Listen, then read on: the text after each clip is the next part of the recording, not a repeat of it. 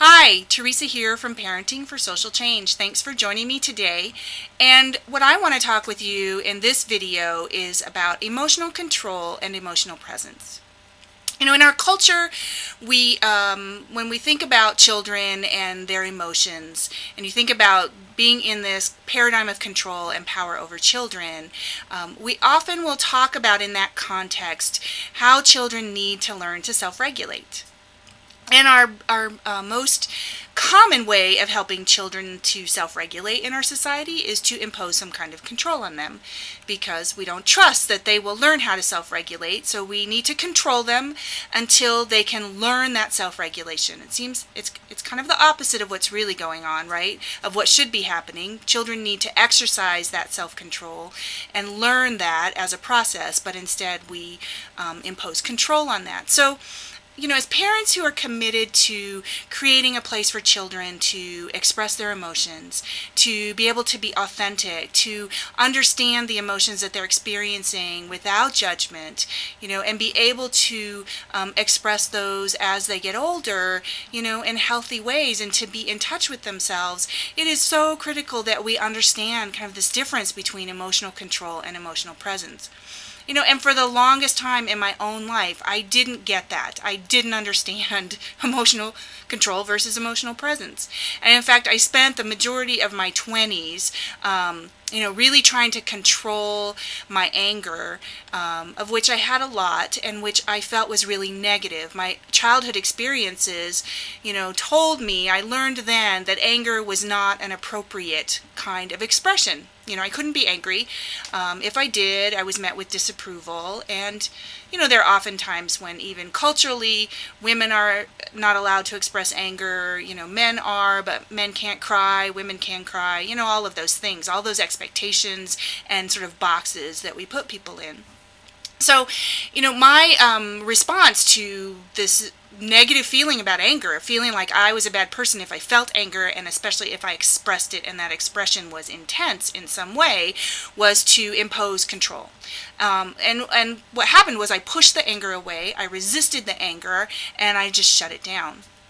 Didn't really work. It did for a little while, but didn't really work. Then I was, you know, I had the opportunity to become a parent, and children came into my life, and lo and behold, triggered.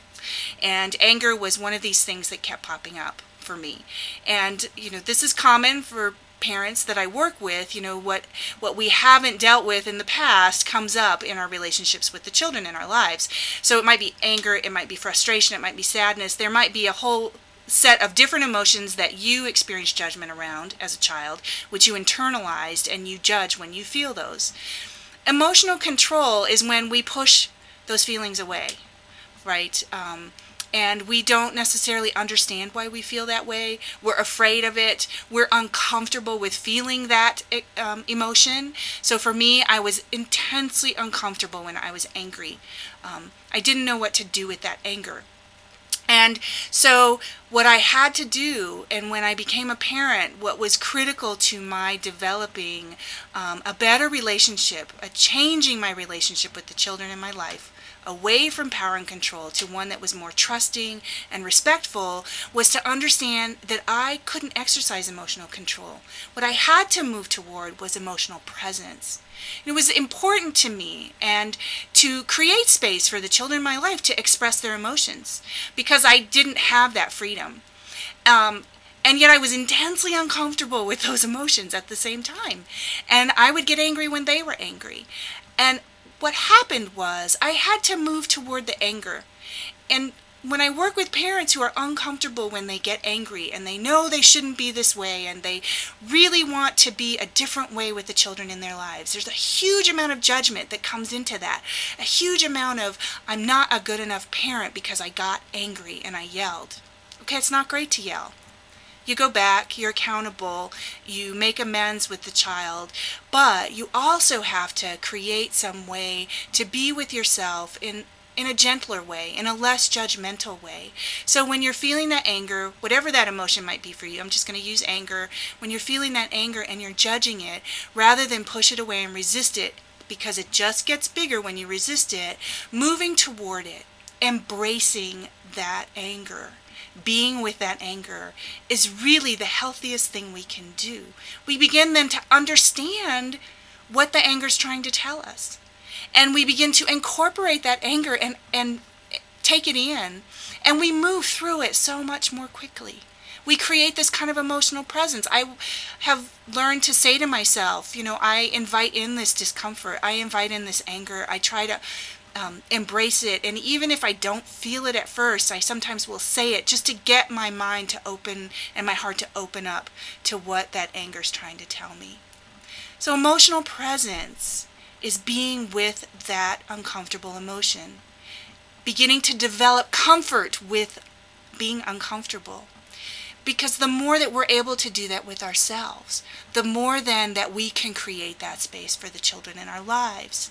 Then we're not asking them to be responsible for our feelings, right? When we're in this place of resisting our own feelings, of not being able to be present with ourselves and our emotions, when we're just merely pushing it away, we're also not present with them. In some ways, we end up making them responsible. We need to do our own work of creating emotional presence within ourselves with those emotions that we're most uncomfortable with.